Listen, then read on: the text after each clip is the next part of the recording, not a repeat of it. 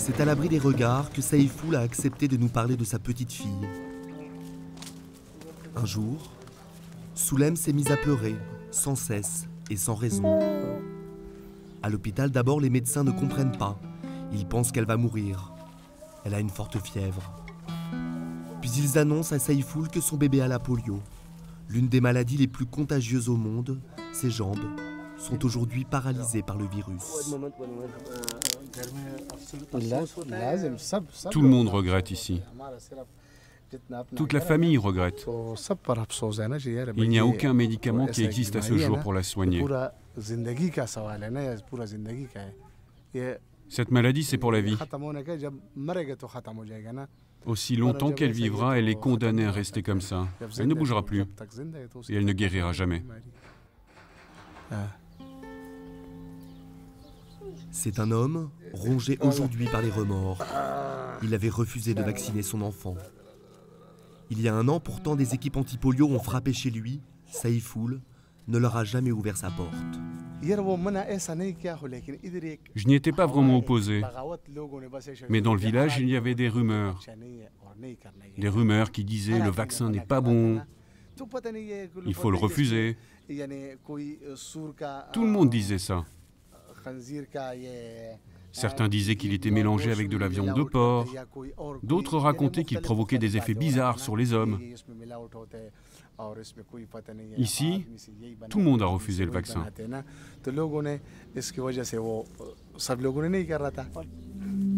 Des regrets que Saïfoul ne peut pas exprimer aujourd'hui en public.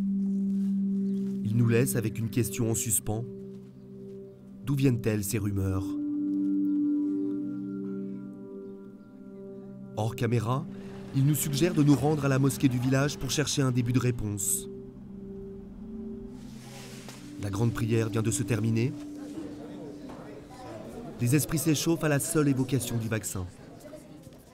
Tout le monde a refusé ce vaccin. C'est ce qu'il faut faire. Pourquoi ? Ce n'est pas un bon vaccin pour nous. Tout le monde pense qu'il est mauvais, pas seulement ici, mais dans toute la province. Le problème est simple, on ne sait pas ce qu'il y a dedans. Le ton monte, nous ne sommes pas les bienvenus, le mollah intervient. Vous êtes dans ma mosquée! Il nous expulse de la mosquée, c'est un fondamentaliste connu pour être un sympathisant des talibans. Allez, partez maintenant. Le sujet est tabou. Ici, le vaccin est considéré comme la nouvelle arme des Occidentaux pour affaiblir les fidèles de l'islam. Le virus avait presque disparu dans le monde. Au Pakistan et en Afghanistan, il refait aujourd'hui surface dans des proportions alarmantes.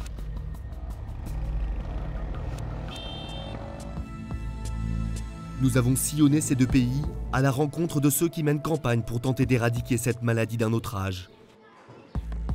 Ce sont des équipes de vaccination qui risquent aujourd'hui leur vie. On peut être kidnappé à tout moment pour ce que l'on fait. On peut être battu ou même tué. Des dizaines d'employés d'organisations internationales sont tombés sous les balles des fanatiques religieux ces derniers mois.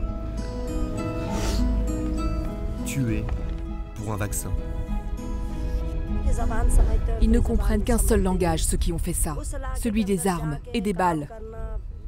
Ce travail est vraiment devenu trop dangereux.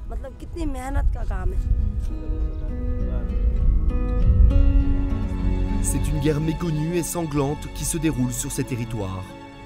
Une guerre contre un vaccin. Qui l'amène et quels en sont les enjeux? Comment les extrémistes religieux justifient-ils ce conflit dont les victimes sont des enfants?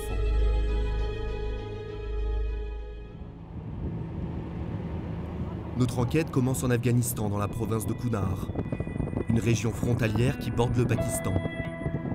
Sur cette route, la seule qui la traverse, les combats sont quotidiens entre l'armée et les talibans.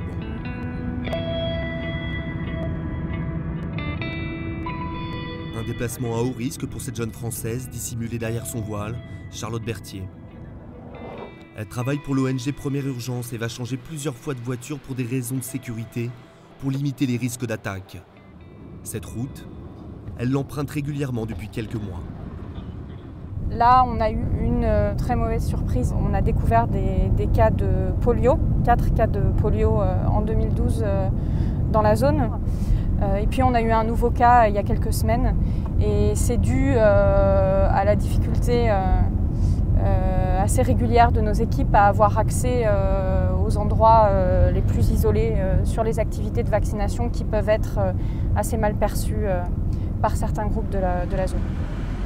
Elle gère aujourd'hui les campagnes de vaccination dans toute la province, un programme financé par les Nations Unies. C'est une guerre, dit-elle, mais presque perdue d'avance. Le virus de la polio avait quasiment disparu ici depuis 3 ans. Il vient de brutalement refaire surface. 2 nouveaux cas viennent de lui être signalés dans cet hôpital, le seul de la région. Est-ce qu'on peut savoir comment il s'appelle? Nassiboula. Sa famille vient de quel district? De Rousbar, dans les montagnes. Cet enfant a contracté le virus il y a quelques mois seulement. Et il y a peu d'espoir qu'il retrouve un jour l'usage de ses jambes. Aucun réflexe. La poliomyélite, une maladie qui attaque le système nerveux, les muscles, jusqu'à entraîner une paralysie des membres. Là aussi maintenant il y a moins de réflexes. Et plus le temps va passer, plus il va perdre l'usage de sa jambe gauche. Dans 1 an, 1 an et demi. C'est une maladie qui s'attrape par voie orale, la nourriture ou l'eau. Ce virus attaque la moelle épinière et il commence ensuite à infecter le reste des organes. Vous voyez, sa jambe droite ne fonctionne plus du tout, elle est très faible. Selon les estimations, 15 000 enfants seraient en danger dans cette province, complètement isolée des équipes médicales.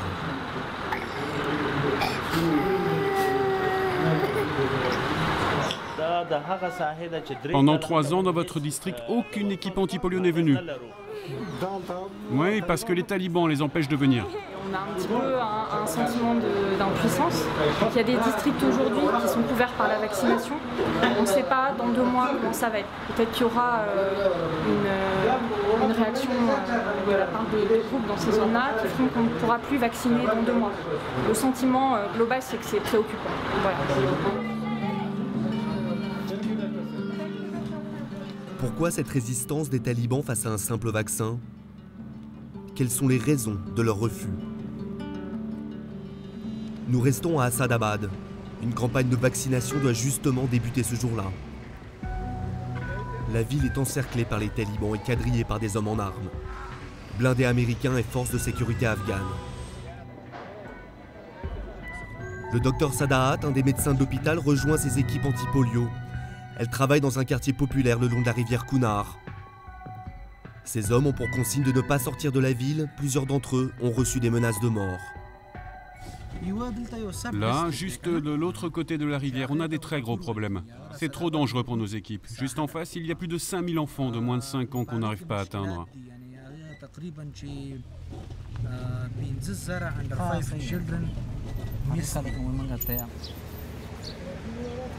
Ces équipes font du porte-à-porte dans tous les quartiers pauvres de la ville. Voilà les volontaires avec qui je travaille. Le vaccin se présente sous forme de gouttes que les enfants doivent recevoir à 3 reprises avant l'âge de 5 ans.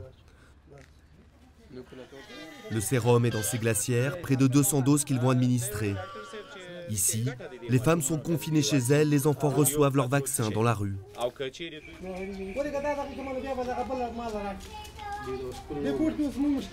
Il n'y avait pas le mari dans cette maison, alors j'ai récupéré la petite moi-même. J'ai le droit. Les équipes de l'hôpital ne travaillent plus que dans des zones sous contrôle du gouvernement. Dans la province voisine du Nouristan, il vient de suspendre sa campagne de vaccination sous la pression des talibans. Ailleurs, ceux qui refusent le vaccin le font parce qu'ils ont peur. Ils ont peur des groupes armés qui menacent de venir les voir en représailles. En fait, on ne sait pas trop ce qu'ils pensent eux-mêmes. Tout ce que l'on sait, c'est que les habitants sont contre dans les zones contrôlées par les talibans. Parce que les talibans sont contre. Ils disent que c'est haram, contraire à l'islam et au Coran. L'argument qu'ils avancent à chaque fois est que tous les vaccins sont importés de l'étranger. Les médecins et les volontaires, quant à eux, sont soutenus voire payés comme le docteur Sadaat par des organisations internationales. Il y a 5 ans, les campagnes anti-polio, on les faisait partout, même le long de la frontière pakistanaise. Aujourd'hui, c'est impossible, il y a trop de résistance.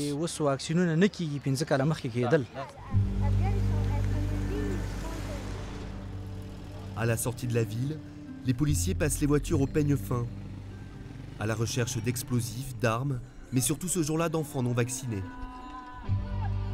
Une équipe médicale est avec eux. Ce bébé vient d'une zone reculée dans les montagnes. Le seul moyen de lui donner le sérum anti-polio, c'est ici, au bord de cette route, le dernier point de contrôle avant d'entrer en territoire taliban. Là-bas, on n'y va pas, on a trop peur. La dernière fois, les talibans ont kidnappé les vaccinateurs et ils leur ont fait avaler toutes leurs doses de vaccin. Ils les ont battus, ils leur ont dit de dégager très vite, donc on ne se déplace plus. Ce sont les habitants qui nous ramènent leurs enfants.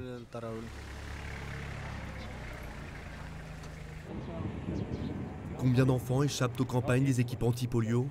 Combien de cas de polio sont apparus dans ces zones interdites? Impossible de le savoir précisément. Nous avons traversé ces montagnes jusqu'au Pakistan voisin, jusqu'aux portes des zones tribales, le fief des talibans. Selon le gouvernement, 300 000 enfants n'auraient pas été vaccinés cette année dans ces régions, faisant craindre le pire. Surtout ici, la campagne anti-polio fait face à des vagues massives de refus du vaccin. Voici Laki Marwat, la dernière bourgade avant le Waziristan.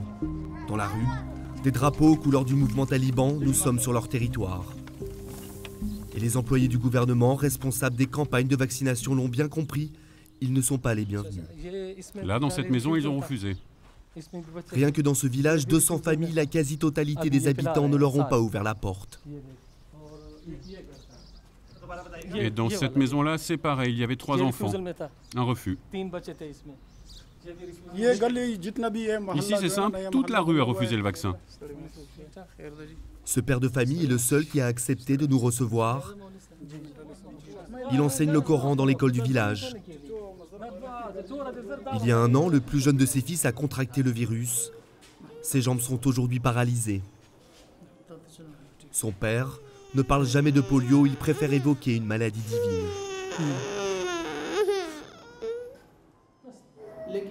C'est Dieu qui en a décidé ainsi. Moi, je ne regrette rien. Lui seul sait ce qui est arrivé à mon fils. Si on l'avait vacciné, ce ne serait peut-être pas arrivé. Mais que voulez-vous? C'est le destin. Et il est interdit par l'islam de changer notre destin. L'argument ne se discute pas, la gêne est palpable. Allez, bon courage.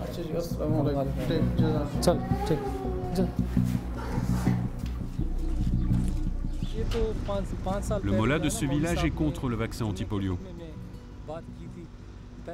Dans ses prêches, chaque vendredi, il dit qu'il y a du porc dedans. Il dit aussi que si l'on se fait vacciner contre la polio, on devient impuissant et stérile. C'est ce qu'il ne cesse de répéter dans sa mosquée. Celle-ci? Celle-là derrière vous? Oui, celle-là derrière. Et alors, qu'est-ce qu'il s'est passé? Du coup, une grande partie de la population s'oppose à notre campagne. Pas juste dans ce village, dans tous ceux des environs aussi. On ne contrôle plus la situation. Entre 80 et 100% des familles ont refusé le vaccin. C'est terrible. La propagande du mollah fait autorité dans ce village et pas seulement. Il est le leader religieux de tout le district. Il nous reçoit discrètement dans son bureau juste derrière la mosquée. C'est un fondamentaliste proche des talibans. Asseyez-vous, je vous en prie. Il veut nous montrer les preuves des thèses qu'il soutient dans ses prêches. Des coupures de presse, dit-il, et tous les cas qu'il a recensés.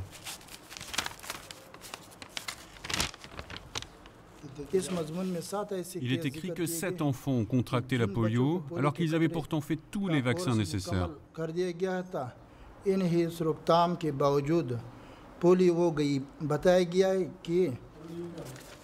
Des exemples comme celui-là, il affirme en connaître des dizaines. Le vaccin est non seulement inefficace, selon lui, il est aussi dangereux.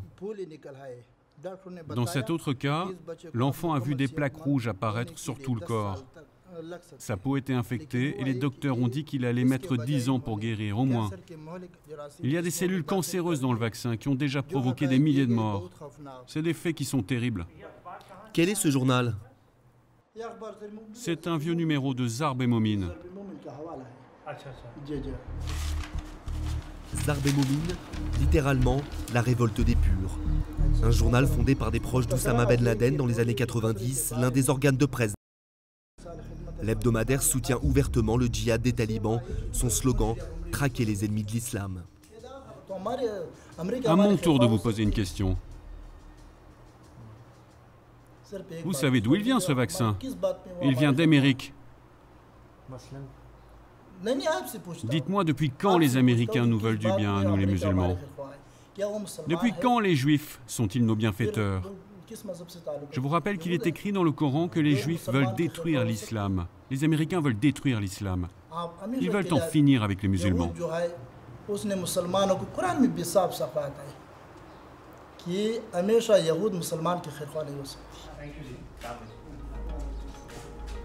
Un vaccin considéré par ses détracteurs comme une arme de guerre entre deux civilisations. Une accusation qui trouverait sa source dans la traque du chef terroriste le plus recherché au monde. Quelques mois avant l'opération commando de mai 2011 dans la villa d'Oussama Ben Laden, la CIA monte une fausse campagne de vaccination.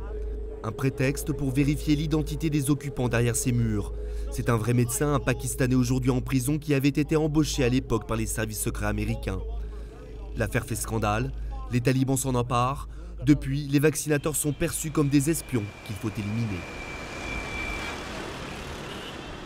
Karachi, la capitale économique du Pakistan. La ville est encore marquée par le double meurtre de 2 jeunes femmes en décembre dernier.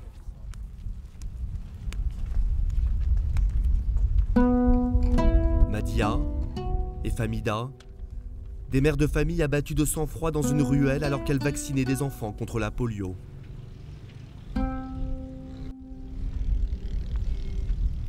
Gulnaz, employée par l'UNICEF comme ses 2 amis, les accompagnait ce jour-là dans leur tournée. Elle est la seule survivante. Pour dire la vérité, juste après, j'ai eu très peur. Mes proches me répétaient « Regarde, à cause de ton travail, regarde le résultat. On a 2 cadavres qu'on enterre en même temps. » C'était vraiment horrible. Mais depuis, j'ai repris des forces, j'ai réfléchi et je pense qu'elles sont mortes pour une cause juste. Maintenant, je suis vraiment déterminée à continuer mon travail, à continuer les vaccins.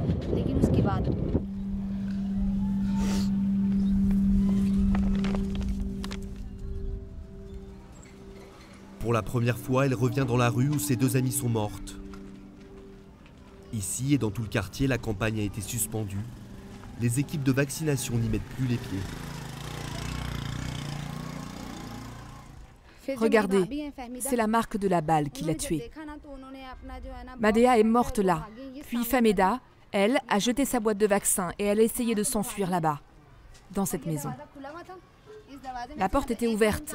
Elle avait un pied à l'intérieur, l'autre encore dans la rue, et les 2 hommes l'ont abattue. Ils sont arrivés par là en moto. Ils avaient 18-20 ans. Il y avait un petit garçon avec eux et ils faisaient semblant de vouloir le faire vacciner pour repérer leur cible en fait. Le même jour, au même moment à Karachi et dans tout le pays, 3 autres vaccinateurs sont tués. Des attaques coordonnées avec à chaque fois le même mode opératoire, des meurtriers à moto. Au moment où nous tournons, des coups de feu retentissent. Ils nous rappellent que le quartier est sous influence talibane, qu'il est temps de se mettre à l'abri. En moins d'une année, une 30aine de vaccinateurs a été tuée. Une flambée de violence sans précédent. Des hommes, surtout des femmes, assassinés alors qu'elles distribuaient des vaccins. Malgré les opérations de la police, malgré les renforts de l'armée, les tueries continuent aux 4 coins du pays. Vacciner n'a jamais été aussi dangereux. Gulnaz s'est aujourd'hui réfugié chez son frère. Ses 2 amis avaient accepté ce travail, payé 2 € par jour pour scolariser leurs enfants.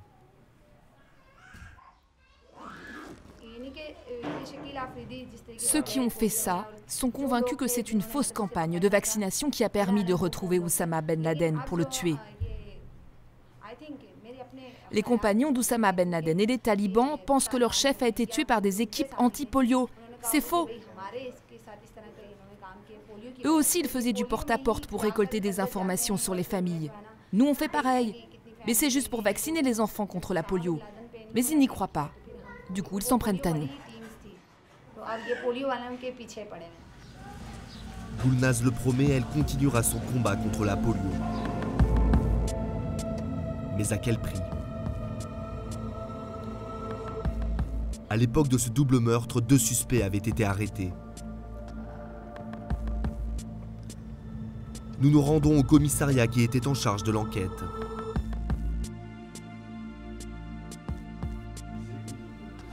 C'est ce policier qui les a interrogés, des jeunes du même quartier sans emploi, âgés d'une vingtaine d'années.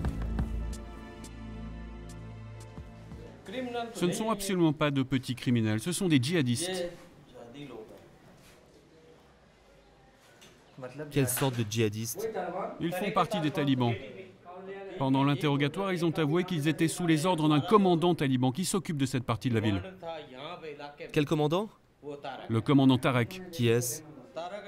Je ne sais pas, mais en tout cas, les instructions venaient de beaucoup plus haut.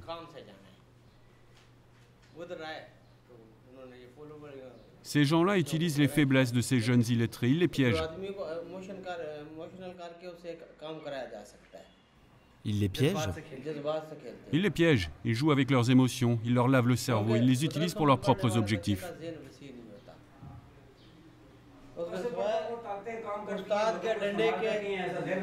Pour eux, le véritable objectif de ces tueries, c'est d'affaiblir le pays. Comme vous le savez, cette campagne anti-polio est une campagne internationale. Et tout cela ne fait que donner une mauvaise image du pays dans le monde. Ils veulent que le Pakistan devienne un pays entre leurs mains, un pays de terroristes, et que l'on soit complètement isolé du reste du monde. Quels intérêts les talibans ont-ils à abattre ces femmes comme Famida et Madia? Et quel but poursuivent-ils en imposant cette campagne de terreur? Nous nous sommes rendus à Peshawar, dans le nord du pays, tout près de la frontière afghane et des territoires des talibans.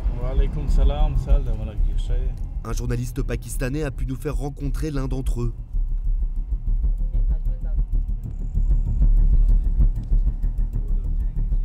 Après plusieurs jours de négociations, nous avons rendez-vous avec le porte-parole du groupe, celui qui a interdit les campagnes contre la polio dans leur fief. Ils ont promis de tuer le premier vaccinateur qui oserait venir chez eux.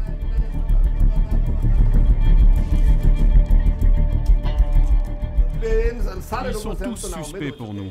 Ils pourraient être des espions de la CIA. Aujourd'hui, tout le monde travaille pour la CIA. La CIA a infiltré toutes les organisations internationales. Laquelle, par exemple? Les Nations Unies, évidemment, qui n'est qu'une vitrine de la CIA. 160 000 enfants qui ne seront pas vaccinés, les talibans imposent un chantage. Les Américains et les Européens doivent d'abord arrêter les bombardements de drones sur nos populations. Ils sont en train de tuer nos enfants avec leurs drones. Et c'est plus important qu'un enfant qui a la polio, vous ne pensez pas? Pour nous, ça, c'est vraiment pas important.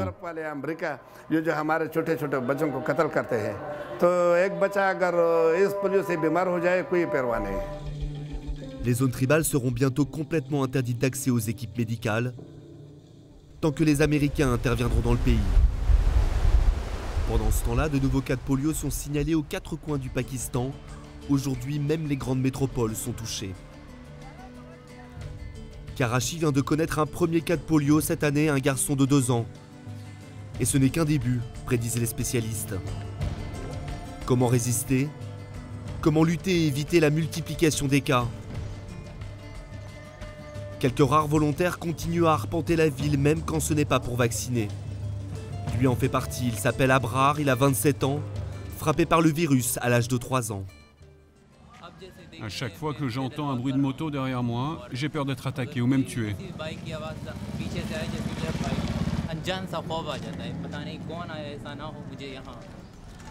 Si la peur, c'est qu'il a décidé de combattre les fondamentalistes sur leur propre terrain, celui de l'information.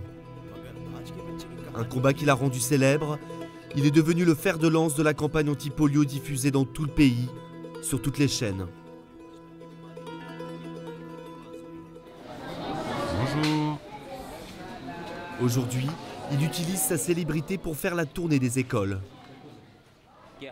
Alors, combien d'entre vous savent qui je suis? Convaincre les enfants, c'est avoir une chance de convaincre les parents, dit-il. Je vous ai vu à la télévision déjà. Pour contrer les fondamentalistes, il a ce petit recueil qu'il ne quitte jamais, et dans lequel plusieurs grands leaders religieux ont prononcé des décrets en faveur du vaccin. C'est lui qui est allé à leur rencontre et qui les a convaincus un par un.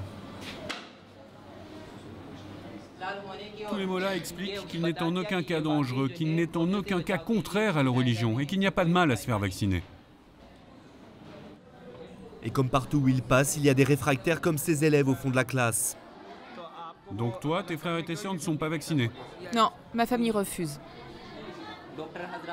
Tiens, regarde ça aussi. C'est un certificat de l'ordre des médecins du Pakistan. Tous les grands pontes ont approuvé le vaccin.